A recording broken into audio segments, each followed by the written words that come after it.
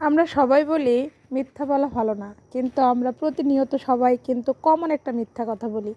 বলতে পারবেন কোন কথাটা?